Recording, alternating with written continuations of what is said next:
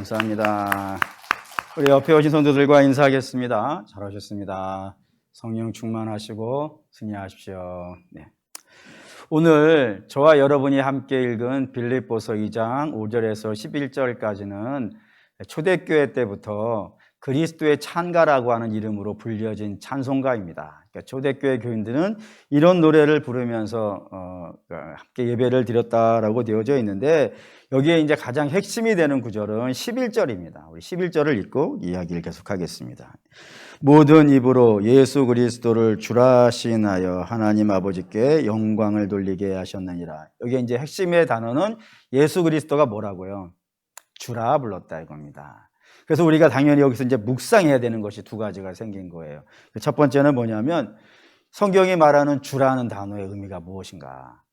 우리는 그냥 매일같이 평소에 모여가지고 주님, 주님, 주님 그러니까 이 주님이라는 단어가 얼마나 임팩트가 있고 강력한지를 그냥 넘어갈 때가 많이 있거든요. 그래서 우리가 이 주님이라고 하는 단어가 어떠한 뉘앙스와 느낌을 가지고 있는지 살피는 것을 먼저 해야 될 것이고, 그리고 또 하나는 무슨 근거로 예수 그리스도를 그 주라고 부르는지, 이 두 부분으로 나눠가지고 우리가 좀 먼저 살펴봐야 될 것 같습니다. 먼저는 우선은 예수 그리스도를 주라고 했는데 그 주라는 단어의 의미가 무엇인지부터 생각을 해볼게요. 이 원래 헬라어에는 뭐라고 되어 있냐면 큐리오스라고 되어져 있습니다. 근데 이 큐리오스라고 하는 단어가 헬라인이 큐리오스라고 불렀을 때하고 유대인이 큐리오스라고 불렀을 때하고 느낌이 약간의 차이가 있어요. 어떻게 다르냐면 이 주인이에요. 근데 이 큐리오스라는 단어가 헬라인들이 읽으면은 이제 어떤 느낌이 오냐면 그 반대되는, 큐리오스에 반대되는 단어가 둘로스예요. 이게 노예예요, 노예. 그러니까 각 집마다 부잣집이나 권세 있는 집이나 능력 있는 집에는 각 집마다 노예들이 있어요. 그 노예들의 주인 되었다는 겁니다. 그래서 주인이 노예에게 뭐를 할 수 있겠어요? 그들의 소유권을 가질 수 있어요. 그들의 인생을 지배할 수 있고, 그들이 가지고 있는 모든 것, 그 집안의 식구든지 그가 가지고 있는 재능이든지 그가 가지고 있는 재물이든지 그가 무엇을 갖고 있든지 간에 그가 가진 모든 것은 다 누구 거예요? 주인 거예요.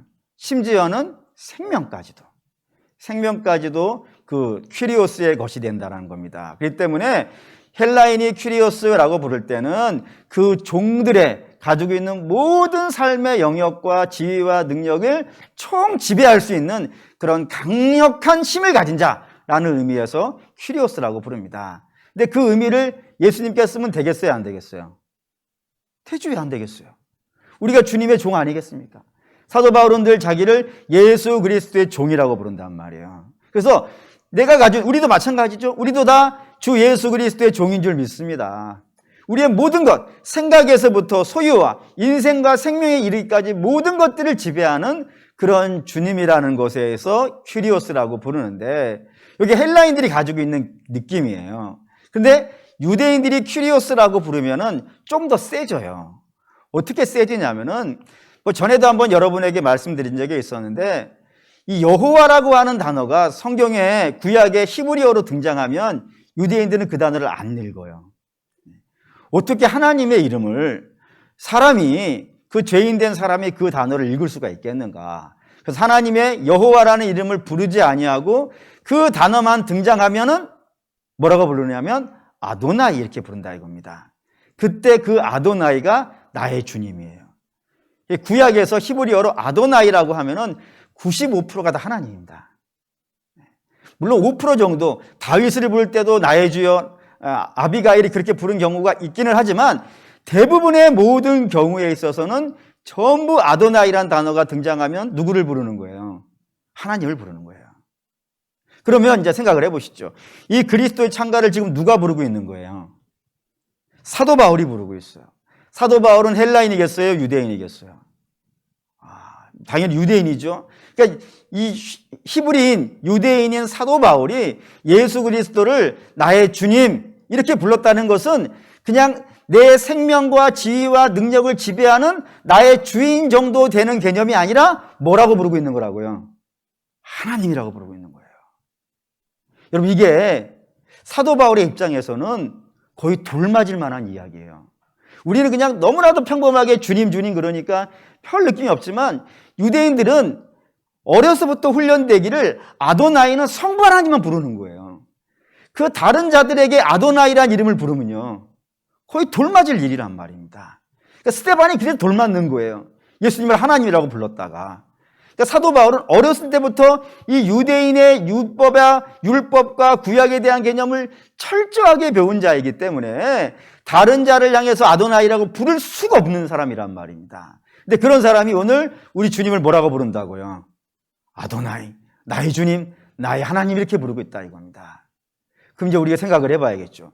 도대체 어려서부터 철저하게 유대식 교육을 받아서 아도나이 하면 여호와 하나님 외에는 알지 못하는 그 사도 바울이 어떠한 일이 있었길래 그가 예수 그리스도를 바라보면서 나의 하나님, 나의 주님, 나의 아도나이, 나의 큐리오스 이렇게 부르고 있을까요?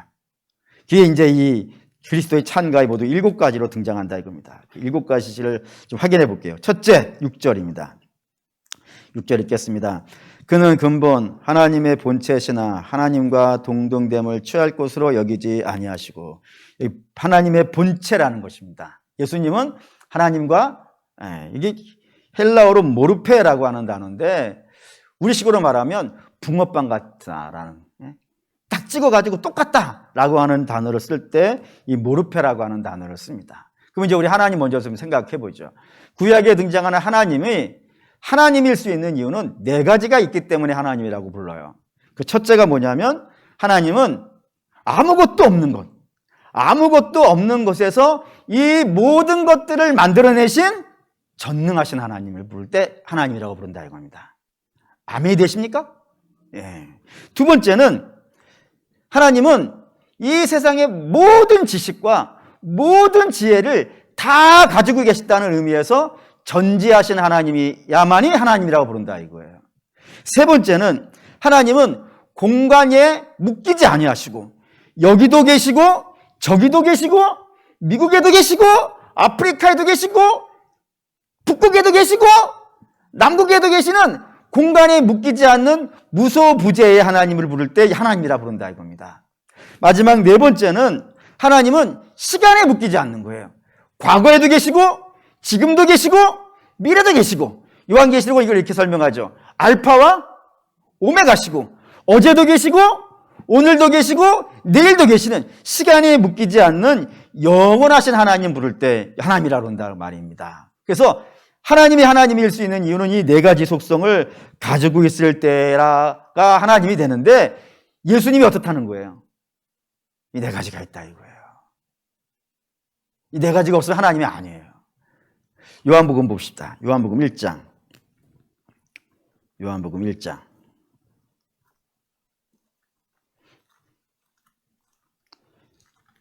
요한복음 1장 1절에서 3절만 읽을게요. 1절에서 3절. 읽겠습니다. 태초에 말씀이 계시니라. 이 말씀이 하나님과 함께 계셨으니 이 말씀은 곧 하나님이시라. 그가 태초에 하나님과 함께 계셨고 만물이 그로 말미암아 지은 바 되었으니 지은 것이 하나도 그가 없이 된 것이 없느니라. 이게 예수 그리스도에 대한 표현입니다. 예수 그리스도는 태초에 하나님이 온 천지를 만드실 때 그때 함께 그 모든 일을 같이 하신, 모든 면에서 지혜와 능력과 힘과 영원함과 그 모든 것에 있어서 하나님하고 동일하신 분이다 라고 사도 요한이 이야기하고 있듯이 사도 바울도 마찬가지입니다. 우리 하나님은, 예수 그리스도는 그 성부 하나님과 모든 면에서요 어느 한 부분에 기울임이 없는 동등된 하나님이라는 사실을 본체라는 단어로 설명을 하고 있다 이겁니다. 그렇기 때문에 성부 하나님이 우리의 찬송과 영광을 받으셔야 마땅하듯이 우리 성자 하나님 되신 예수님도 성부 하나님이 받으시는 영광과 찬송을 동일하게 받는 그런 하나님이 되신다라고 선포하고 있는 겁니다. 아멘 되시죠? 네. 두 번째 빌립보서 2장 7절 8절 읽겠습니다. 7절 8절 읽을게요. 오히려 자기를 비워 종의 형체를 가지사 사람들과 같이 되셨고 사람의 모양으로 나타나사 자기를 낮추시고 죽기까지 복종하셨으니 그 십자가에 죽으심이라. 예. 두 번째는 그 하나님과 동등된 하나님이 우리를 위해서 뭐 하셨다고요? 희생당하셨다 이겁니다. 이 말이 참 우리에게 중요해요. 왜냐하면 우리가 앞에 읽었던 첫 번째, 하나님과 동등 되신 그 본체 되신 하나님은 사실은 우리 중에 영광 중에 임하셔서 우리의 찬송과 우리의 영광을 다 받으셔야 마땅하신 분인데, 그런 분이 이 땅에 어떤 모습으로 나타나셨다고요? 그 영광된 모습으로 나타난 것이 아니라 뭘로 나타나셨다고요? 종의 형체로, 그 둘로스의 형체로, 종의 형체로 나타나셨다는 겁니다. 왜 종의 형체로 예수 그리스도께서 나타나셔야 될까요? 그 영광된 몸을 가지고 계시는데, 그 영광된 지위를 가지고 계시단 말이에요. 태초에 모든 만물들을 아무것도 없는 중에 모든 것들을 있는 것으로 불러내시는 그런 영광 되신 분이신데, 그 영광 되신 분이 왜 종의 형체를 가지고 피조물 같은 모습으로 나타나서 이 땅에서 매를 맞고 조롱을 받고 침뱉음을 당하고 그런 일을 당하셨을까요? 이건 당연합니다. 십자가에 죽으시기 위함입니다. 죽으시려면. 하나님은 영원하신 분이라 그랬어요. 영원하신 분이기 때문에 죽을 수가 있어요, 없어요? 없어요. 영원히 죽는다는 게 말이 되겠습니까? 영원은 끝나는 게 아니잖아요. 근데 그 영원한 분이 끝내시려면은 하나님의 지위와 영광을 내려놓고 뭘로 입으셔야 되는 거예요? 제한되어져 있고, 연약할 뿐만 아니라 부족하기까지 한 그 사람 종의 형체를 입고 이 땅에 나타나셨다 이겁니다. 그럼 뭐 때문에 십자가에 죽으셔야 됐을까요? 여기에 볼까요? 여기에 2장 7절, 8절에 보시면은 8절에 죽기까지 복종하셨다는 말, 이게 굉장히 중요합니다. 복종했단 말을 여러분 생각하셔야 되는데, 예수님이 누구에게 복종하셨을까요? 성부 하나님께 복종하셨어요. 그럼 예수님은 왜 성부 하나님께 복종하실까요? 에베소 보시죠. 에베소 1장. 빌립보서 바로 앞에 에베소 1장 3절에서 7절입니다. 에베소 1장 3절에서 7절. 읽어볼게요. 찬송하리로다. 하나님 곧 우리 주 예수 그리스도의 아버지께서 그리스도 안에서 하늘에 속한 모든 신령한 복을 우리에게 주시되, 곧 창세전에 그리스도 안에서 우리를 택하사 우리로 사랑 안에서 그 앞에 거룩하고 흠이 없게 하시려고 그 기쁘신 뜻대로 우리를 예정하사 예수 그리스도로 말미암아 자기의 아들들이 되게 하셨으니, 이는 그가 사랑하는 자 안에서 우리에게 거저 주시는 바 그의 은혜의 영광을 찬송하게 하려는 것이라.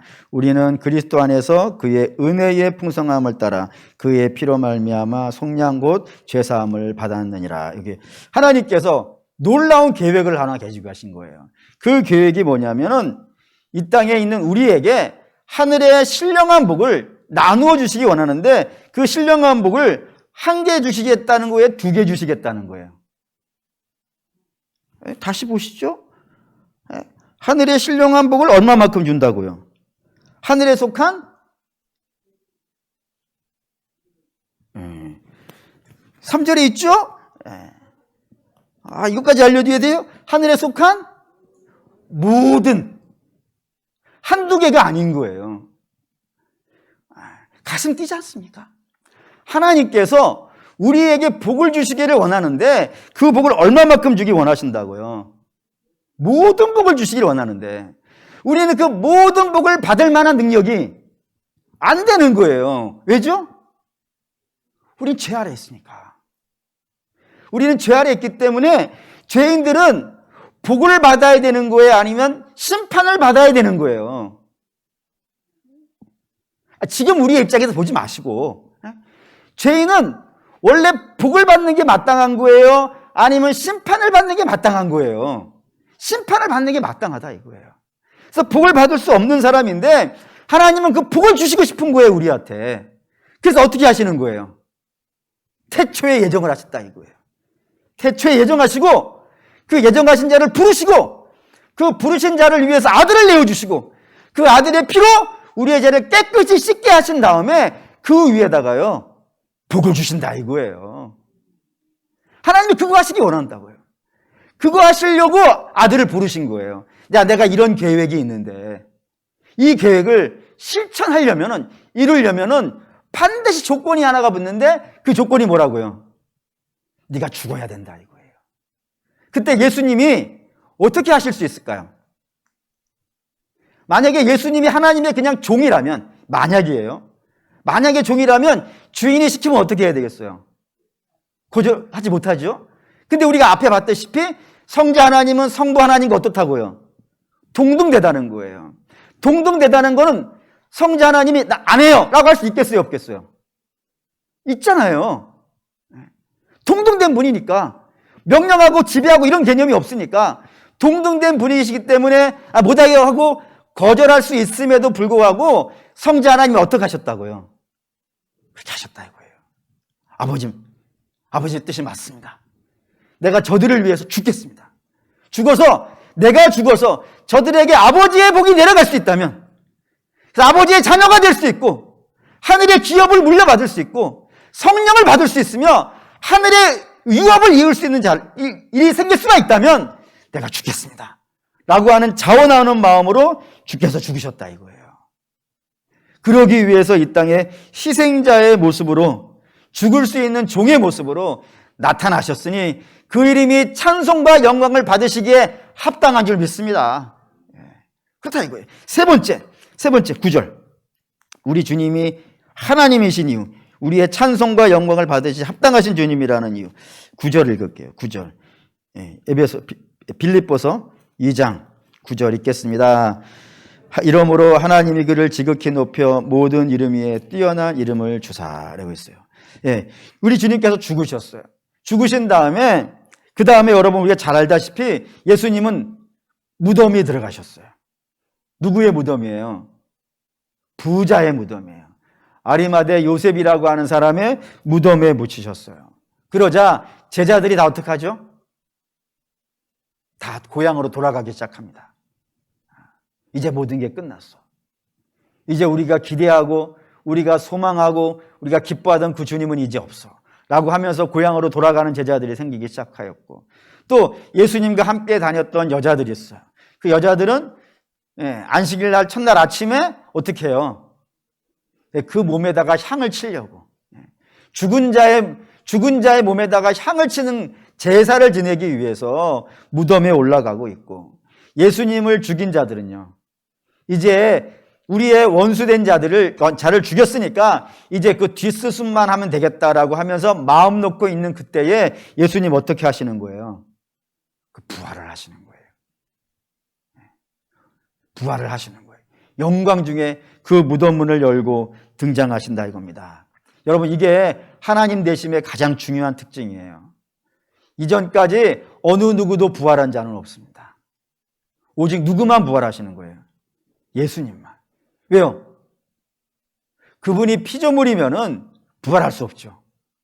피조물 중에 혹시 부활했다고 하는 이야기 들어보신 적이 있습니까? 없습니다. 피조물은 부활할 수 없습니다. 부활시킴을 당할 수는 있겠지. 주인이 불러서 살려낼 수는 있을지 모르겠지만 스스로 무덤 문을 열고 나올 수 있는 이는 오직 누구만이 하는 거예요? 하나님만 하는 거예요.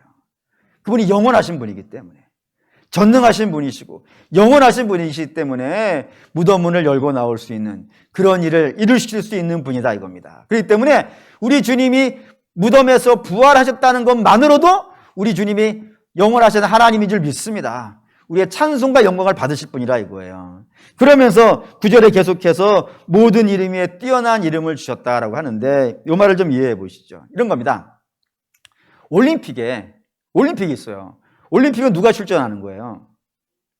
잘하는 선수들이 나갑니다. 아무나 다 나가지 않습니다. 내가 오늘부터 육상 선수 했다고 해가지고 이번 동경올림픽에 나갈 수 있는 게 아닙니다. 그 시대에 제일 잘하는 사람들이 모여가지고 거기서 시합을 해가지고 금메달을 따는 사람은 영광스럽죠. 머리에 면류관을 쓰고, 월계관을 쓰고, 이렇게 막 꽃다발 들고, 그리고 이름도 써주잖아요. 지금도 아마 여러분들이 인터넷에다가 몇 번째 올림픽 어떤 종목 우승자라 하면은 거기에 이름이 쫙 나와요. 이름이 다 기록된단 말입니다. 그런데 한 번 올림픽에서 금메달 따는 것도 대단한데, 예를 드는 거예요. 이번 도쿄 올림픽이 32번째예요. 그러면 첫 번째 올림픽이 있겠죠. 그 첫 번째 올림픽에 출전했던 선수에서부터 32번째 올림픽에 나오는 선수까지 다 모였다고 칩시다. 다 모였다고. 물론 말은 안 돼. 예를 드는 거예요. 다 모였어요. 다 모여가지고 거기서 또 경쟁을 시켜서 우승하는 사람이 있겠어요, 없겠어요? 있겠죠? 대단히 영광스럽겠죠. 그런데 그 32번 올림픽 말고 아담에서부터 지금까지 태어난 모든 사람을 다 모아가지고 거기서 올림픽을 했다고 칩시다. 다 모여서 거기서도 1등한 사람이 있겠어요, 없겠어요? 있겠죠? 네. 식사를 안 하시고 오셨어요? 네? 있겠죠? 그럼 영광스럽겠어요? 안 영광스럽겠어요? 영광스러워요. 근데 인류 역사에서 제일 위대한 사람이잖아요. 시합을 해가지고 유일하게 한 명 이긴 사람이니까 그 사람도 이길 수 없는 게 있어요. 모든 인류를 다 모아놓고 경쟁을 해가지고 거기에서 한 명으로 1등 된 사람도 이기지 못한 게 있단 말이에요. 그게 뭐예요? 죽음이에요. 죄와 사망을 이긴 자는 아무도 없어요. 인류의 위대한 스승이라고 불리는 사람들, 혹시 죄와 사망을 이긴 거 보셨습니까? 또는 뭐 4대 성인이라고 불리는 그런 사람들 있죠? 4대 성인이 누구예요? 소크라테스, 뭐 테스형이라고 부르는데 요즘 소크라테스, 또요 공자, 석가모니, 마지막이 누구냔 말이에요. 누가 예수님을 4대 성인이라고 그랬어요? 다시 공자, 소크라테스, 석가모니, 마호메 4명이 4대 성인 하다 그래. 우리 주님은 4대 성인이 아니에요. 우리 주님 뭐라 그랬죠? 하나님. 우리 4대 성인을 그렇게 정의합시다. 자기들끼리 잘 놀게. 그 위대하다는 4대 성인도 무덤을 자랑해요. 무덤을 자랑하는 이유는 뭐겠어요? 죽은 자예요. 죄 아래에 있는 자들이고 사망 아래에 있는 자들이에요. 지나지 않아요. 근데 우리 주님은요, 그 죄와 사망을 이긴 유일하신 분이라 이거예요. 그러니 우리의 찬송을 받으시기에 합당하신 분이 된다 이겁니다.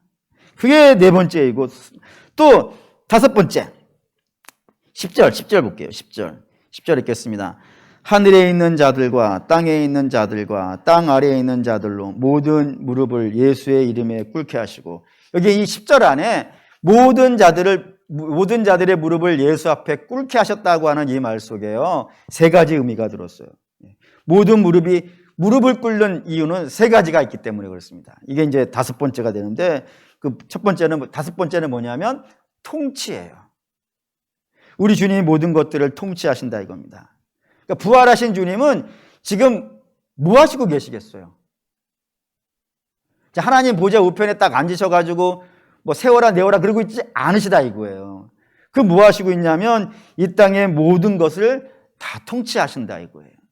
근데 통치하실 때 당연히 우리도 통치하시고 이 땅에 있는 모든 자연계도 우리 주님이 다 통치하신다 이겁니다. 근데 당연한 거예요. 근데 여기다 저는 하나 더 붙여놓는 게 있어요. 그게 뭐냐면 우리 주님은 역사도 다스리세요. 어느 역사학자가 이런 말을 하더라고요. 역사라고 하는 것은 방향이 없다고, 목적이 없다고, 그냥 사람들이 그때그때 살아가는 이야기 속에서 흘러가는 것에 지나지 않는다고요. 저는 그 말에 동의하지 않습니다. 이 역사가 우리가 볼 때는 저게 도대체 어디로 흘러가려고 저러는가, 이 세상이 도대체 어떻게 되려고 저 모양인가 라고 참 안타까워하고 한숨 쉴 수 있는 그림들이 우리 눈앞에 펼쳐지는 건 사실입니다. 하지만 이 모든 역사는 단 한 군데의 방향으로 흐릅니다. 그게 어딘지 아십니까? 하나님이 원하시는 대로 흘러갑니다. 요한계시록 보시죠. 요한계시록 5장 1절에서 5절까지입니다. 요한계시록 5장 1절에서 5절 읽겠습니다. 내가 보매 보좌에 앉으신 이의 오른손에 두루마리가 있으니 안팎으로 썩고 7인으로 봉하였더라. 또 보배 힘이 있는 천사가 큰 음성으로 외치기를 누가 그 두루마리를 펴며 그 인을 떼기에 합당하냐 하나 하늘 위에나 땅 위에나 땅 아래에 능히 그 두루마리를 펴거나 보거나 할 자가 없더라. 그 두루마리를 펴거나 보거나 하기에 합당한 자가 보이지 아니하므로 내가 크게 울더니 장로 중에 한 사람이 내게 말하되 울지 말라. 유다 지파의 사자 다윗의 뿌리가 이겼으니 그 두루마리와 그 일곱인을 떼시기에 합당하라 하더라. 예. 여기 이제 하나님의 손에 두루마리가 일곱 인봉이 되어져 있는 두루마리가 있습니다. 이것이 앞으로 이 땅에 펼쳐져 갈 하나님의 크신 계획입니다. 이 계획이 누구의 손에 의해서 떼어지는지 아십니까? 6장 1절 보시죠. 6장 1절 읽겠습니다. 내가 보매 어린 양이 일곱인 중에 하나를 떼심에 그때에 내가 들으니 내 생물 중 하나가 우레소리같이 말하여 오라. 누가 뗀다고요? 예수님이 뗀다 이거예요. 하늘과 땅에, 하늘 위에도 땅 아래에도 어느 누구도 하나님 손에 있는 그 두루마리를 펼쳐낼 수 있는 사람은요, 아무도 없습니다. 이 세상에 아무리 뛰어난 사람이고 아무리 능력 있는 사람이고 아무리 힘 있는 사람이라 하더라도 이 역사의 수레바퀴를 움직여갈 수 있는 사람은요, 아무도 없습니다. 유일하게 딱 한 분이 그 역사를 굴러가게 하시는데 그게 누구라고요? 예수님이라고. 그래서 예수님이 인복을 하나씩 떼면서 역사들이 그냥 이 땅에 있는 악한 자들이, 지금은 요한계시록 같은 경우에는 로마의 황제라고 불리는 사람들이 아주 그냥 기독교회를 그냥 엉망진창으로 만들려고 막 작심하고 덤벼들고 있는 시대였거든요. 그래서 교인들이 우리가 어떻게 될 것인가? 우리 그냥 이렇게 끝나는 것인가? 라고 하면서 낙심하고 실망하고 있는 그때에 주께서 사도 요한에게 말씀하시는 거예요. 이게 마음대로 흘러가는 것 같이 보일지는 모르겠지만 모든 것들은 누가 주장한다고요? 내가 주장한다 이거예요. 내가 떼야 떼어지는 것이고 내가 멈추게 하면 멈추는 것이고 내가 가게 하면 가게 한다고요. 그 모든 역사를 우리 주님 예수 그리스도께서 주도하고 계시니 사랑하는 믿음의 성도 여러분, 저와 여러분들은 안심해도 되겠죠? 하나님이 우리 편 아닙니까? 우리가 하나님에 붙어있지 않습니까? 자신 없으신가요? 우리 하나님이 역사를 펼쳐가신다면 누구를 위해서 펼쳐가시겠어요? 우리를 위해서 하시는 거예요. 그러니 성도 여러분, 지금 눈앞의 현실이 때로 좀 막막해 보일 수 있습니다. 이게 어떻게 되려 그러나? 과연 주님의 교회가 이 시대를 견뎌낼 수 있을까? 우리의 믿음이 과연 견뎌낼 수 있을까? 여러 가지 염려가 들 수도 있을 거라 생각이 됩니다. 그렇지만 그 모든 염려를 우리 주님께 맡기시기 바랍니다. 우리 주님께서 하나님이 기뻐하시는 방향으로 흘러가게 하실 거예요. 반드시. 그렇기 때문에 우리는 가는 과정 속에서야 이리 넘어질 수도 있고 저리 넘어질 수 있을지는 모르겠지만 항상 끝은 어떻게 될 거예요? 승리할 겁니다. 믿어지시죠? 왜 우리가 승리한다고 확신할 수 있죠? 이 역사의 주인이 우리 주님이기 때문에 그렇습니다. 주님이 지시지 않는 이상은 우리도 지지 않습니다. 우리 주님이 머리시고 우리가 몸인데 머리가 이기고 몸이 지는 경우가 있습니까? 머리가 이기면 몸도 이깁니다. 그렇기 때문에 우리는 주님에게 붙어있고 주만 따라가고 있으면 반드시 사망의 음침한 골짜기를 넘어서 승리의 영광의 나라에 도착할 줄 믿습니다. 그게 가능한 이유는 우리 주님이 이 모든 것들을 다스리고 있기 때문에 그렇습니다. 그래서 5장 14절, 요한계시록 5장 14절 읽겠습니다. 내 생물이 이르되 아멘하고 장로들은 엎드려 경배하더라. 이 경배를 누가 받고 있는 거예요? 어린 양 대신 예수 그리스도께서 이 경배를 받고 있는 겁니다. 역사의 주인이시기 때문에 그렇습니다. 여섯 번째, 모든 만물을 그 앞에 무릎 꿇게 한다는 여섯 번째 의미는 우리 주님께서 재림하실 때 이루어질 겁니다. 그렇죠? 이 세상이 지금은 주님이 통치하신다 하더라도 이 세상은 계속해서 죄가 나오죠. 그래서 이 세상에서 모든 것들이 새롭게 되는 일은 없습니다. 근데 모든 것이 새롭게 되는 때가 오지요? 그게 언제예요? 주님 재림하시는 날. 어떤 일이 벌어지길래요? 새하늘과 새 땅이 열린다 이거예요. 우리 주님이 그날 새하늘과 새 땅을 우리에게 열어주시면서 우리로 하여금 그 나라를 보게 하실 거라 이겁니다. 그래서 우리 주님이 재림하시는 날은 모든 자들이 다 어떻게 되겠어요? 다 그 발 앞에 무릎 꿇게 될 겁니다. 어느 누구도 주님 제 영광 중에 임하시거든요. 구름 타고 임하실 것이고 그 주님이 임하시는 장면을 그 찌른 자도 본다 그랬어요. 원수들도 다 볼 거예요. 동에서 서에서 번쩍거린 것처럼 모든 자들이 그 주의 영광된 모습을 바라보면서 그 앞에 엎드리게 될 날이 올 겁니다. 그렇기 때문에 그런 일을 하실 수 있는 재림의 주님이기 때문에 우리가 그 주님에 대해서 찬송과 영광과 경배와 노래를 불러드릴 수 있는 것이라고 생각이 됩니다. 마지막 일곱 번째는 심판입니다. 우리 주님께서 모든 무릎을 주 예수 그리스도 앞에 꿇게 하는 날 어떤 일이 있겠어요? 심판이 있습니다. 이 심판은 두 가지로 이루어질 거예요. 두 가지로. 첫 번째는 주를 알지 못하고 주를 부인한 자들은요, 영원한 심판을 받게 될 겁니다.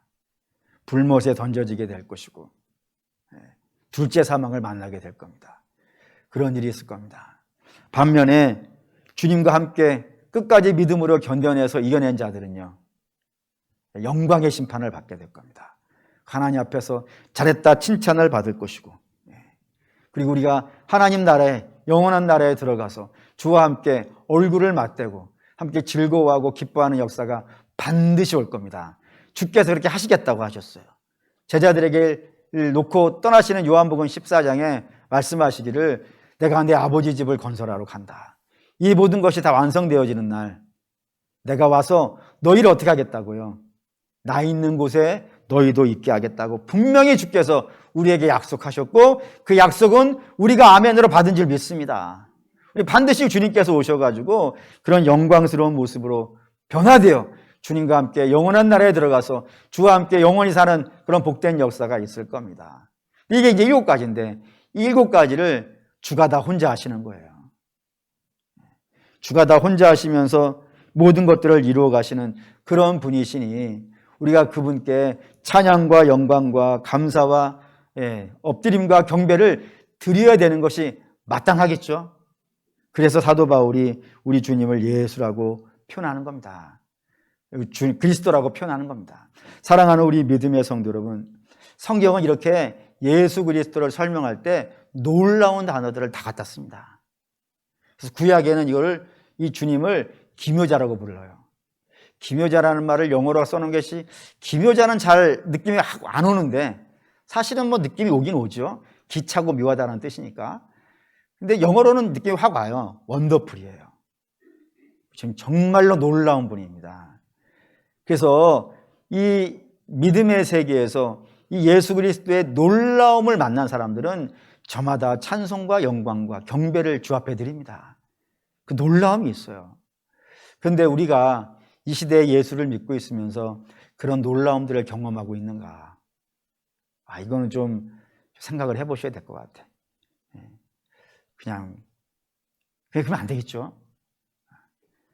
사도 바울이 그 놀라우신 주님을 경험하고 그 믿음 안에서 우리 주님이 이런 분입니다 라고 하면서 선포하고 있는데 그걸 그냥 학문으로 책에서 읽어가지고 그렇게 쓴 건 아니지 않겠습니까?